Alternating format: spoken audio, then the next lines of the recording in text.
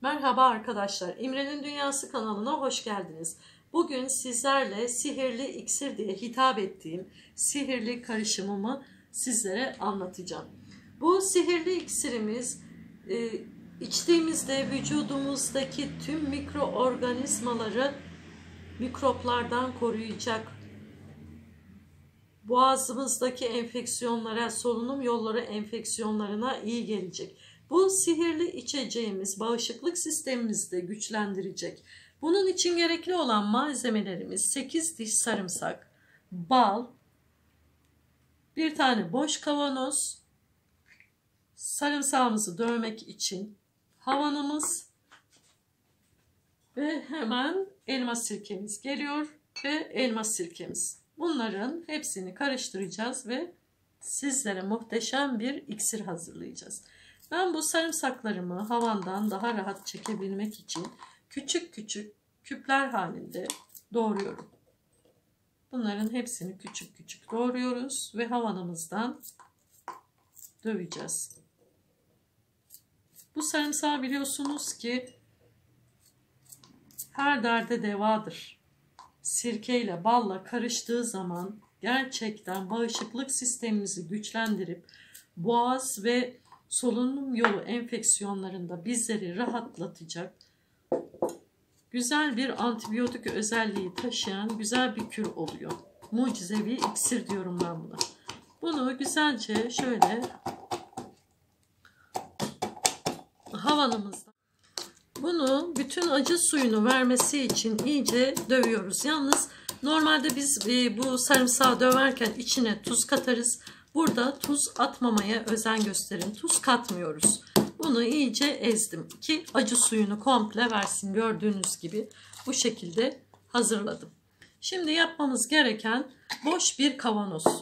Bunu elma sirkesiyle dolduruyoruz.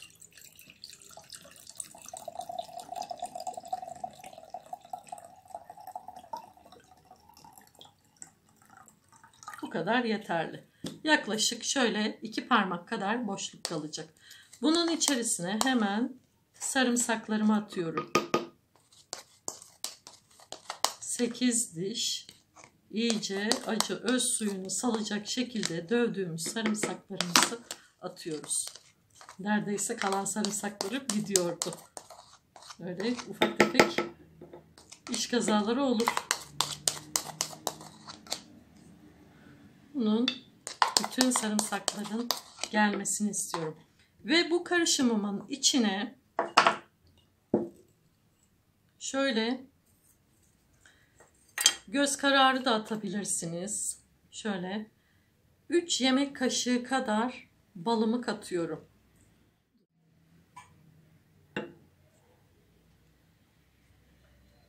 Balın da mucizevi etkileri harikadır. Gerçekten bu sihirli iksir, mucizevi karışım, bütün vücudunuzdaki mikroorganizmaları harekete geçirecek, bağışıklık sisteminizi güçlendirecek, boğaz, solunum yolu enfeksiyonlarınıza birebir iyi gelecek.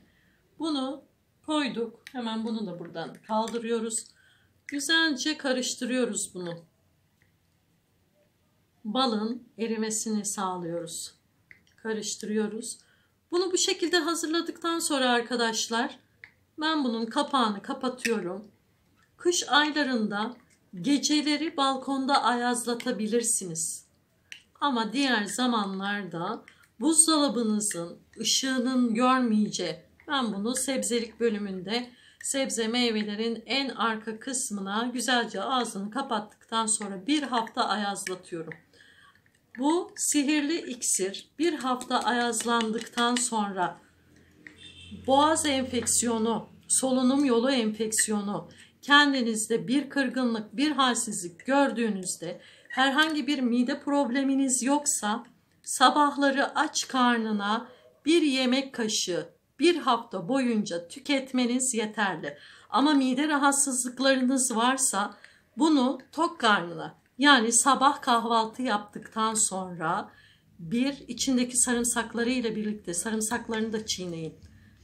Bir kaşık, bir yemek kaşığı sabahları aç karnına 7 gün tüketmeniz yeterli olacak. Göreceksiniz o boğazınızdaki sizi rahatsız eden o gıcıklı öksürükler, boğaz enfeksiyonları hiçbiri kalmayacak. Yorgunluk, halsizlik her şeyinize iyi gelecek.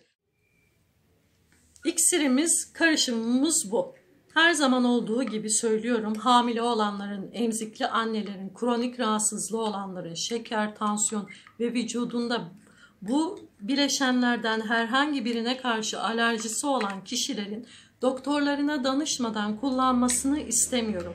Herhangi bir rahatsızlığınız yoksa bunu sabahları aç karnına, dediğim rahatsızlıklarınız olduğunda, bağışıklık sisteminizi güçlendirmek istediğinizde, boğaz ve solunum yolu enfeksiyonlarınızda, mide hassasiyetiniz varsa tok karnına, yoksa sabahları aç karnına birer yemek kaşığı bir hafta almanız yeterli. Mucizevi iksirim, sihirli içeceğim. Göreceksiniz, bütün hastalara şifa olacak. Eğer İmre'nin Dünyası kanalına abone değilseniz abone olmayı, alttan yorumlarınızı ve beğenilerinizi atmayı unutmayın. Hepinize iyi günler diliyorum.